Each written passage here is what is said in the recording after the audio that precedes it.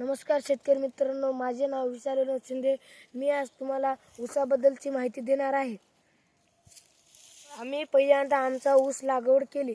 आम्ही आडवे जे ऊसाचे कांडे होते ते आम्ही आडवे लावले, उभे लावले नाही. आणि त्याच्यावर माती टाकून आम्ही तयार केले. आमचे जेव्हा म्हणजे एवढाले ऊस झाले, असे अर्धाले, तेव्हा आम्ही याला गांडूळ खत, 10 अर्क, जीवामृत हे आमचे जे सेंद्रिय पद्धतीचे उपक्रम आहेत ती आम्ही आमच्या ऊसाला टाकले. आणि आमचे ऊसाला टाकल्यानंतर आम्ही काय केले, आम्ही एकही रासायनिक पदार्थ हा वापरला नाही आमच्या ऊसाला. ही आम्ही आमच्या ऊस हा आमच्या जनावरांसाठी आम्ही लागवड केलेला होता. आमच्या गाई गुरांना आणि म्हशींना, आमच्या बैलांना जे आपल्याला ऊस आम्ही 9 सऱ्या, टोटल 9 सऱ्या लागवड केल्या होत्या. आम्ही 9 सऱ्या लागवड केल्या आणि आम्हाला सेंद्रिय पद्धतीचे उपक्रम याला टाकल्याने सेंद्रिय खत कोणता, गांडूळ खत, शेणखत, जीवामृत, 10 अर्क, लेंडी खत आम्ही पहिल्यांदा स्टार्टिंगला याला टाकले. आणि जसं की आपल्या ऊसामध्ये कसं राहतंय, आपल्या हे जे आपले हे राहतात, म्हणजे जे आपल्याला जे प्रोटीन्स राहतात ते आम्ही ह्याला देऊन टाकले. आम्ही रासायनिक प्रोटीन्स टाकले नाही. का म्हणून की आम्ही रासायनिक टाकले नाही, जे रासायनिक टाकल्यानंतर जी माणसाच्या आरोग्यावर हानी होते. आणि मग तसंच आपल्यासारखं जनावरांचा जीव असतो, त्याच्यामुळे आम्ही रासायनिक टाकले नाही. ते रासायनिक जर टाकले असले तर आमच्या जनावरांच्या आरोग्यावर परिणाम होत होता. आणि मग जे आजकाल जे रासायनिक खतं टाकल्यामुळे जे 100 वर्ष जगणारे लोक, जे माणसं, ते 50 वर्ष जगायले. मग आम्ही विचार केला जे आपण तर रासायनिक खत टाकल्यानं 50 वर्ष जगायला, 100 वर्षाचं, तर सेंद्रिय खत टाकल्यानं 100 वर्ष जगायला. त्याच्यामुळे आम्ही काय केलं, सेंद्रिय खतच टाकला.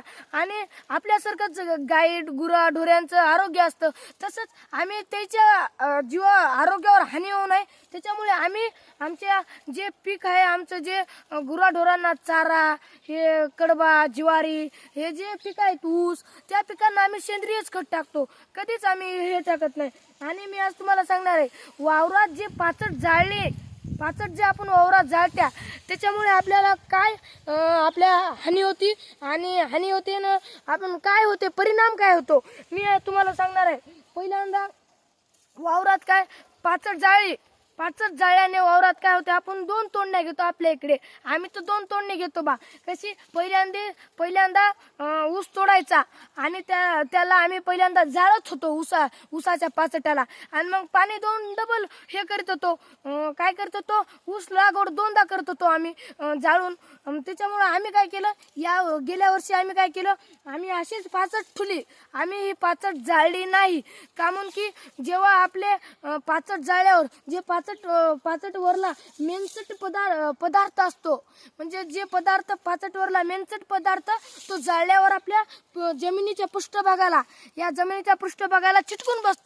चिटकून बसलं म्हणजे काय, आपलं जसं मेन कापड एका जमिनीला चिटकून बसतं रोडला, त्याच्यावर पाणी टाकलं ते सिमेंटाचं पाणी शोषून घेतं का, नाही. का म्हणून की त्याच्यावर ते मेनसट पदार्थ म्हणून शोषून घेत नाही. तसंच आपल्या शेतीच आहे. आपली जी माती असते ती काळी कशासाठी असते, ते सूर्यप्रकाश शोषून घेण्यासाठी असते.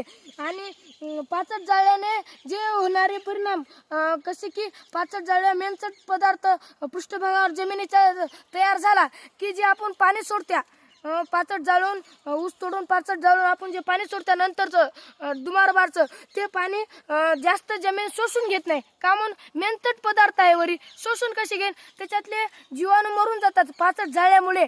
आणि जे जीवाणू असतात पाणी शोषून घ्यायचे, ते मरून गेल्यावर पाणी कोण शोषून घेणार आहे.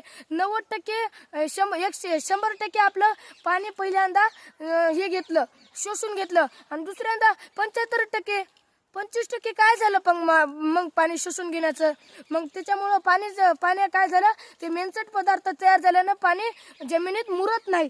आणि पाचट जर तशीच ठुली तर काय होतं, आपण जे पाणी दिलेलं असतं, उन्हाच्या सूर्यप्रकाशामुळे पाण्याचं जमिनीतल्या बाष्पीभवन होतं. त्याच्यामुळं काय होतं, पाचट जर अशी राहिली, ह्याच्या पाचटीवर सूर्यप्रकाश पडतो आणि आपल्या जमिनीवर पडत नाही. त्याच्यामुळे जमिनीचं बाष्पीभवन होत नाही जमिनीमधल्या पाण्याचं. आणि त्याच्यामुळे आपल्याला जास्तीत दिवस गरज पडत नाही काय पाणी देण्याची. आणि काय काय होतं काही जागी जाळल्यावर ते असं सूर्यप्रकाश पडतो, त्याच्यात पाणी मुरत नाही आणि पाणी लवकर शोषून घेतो.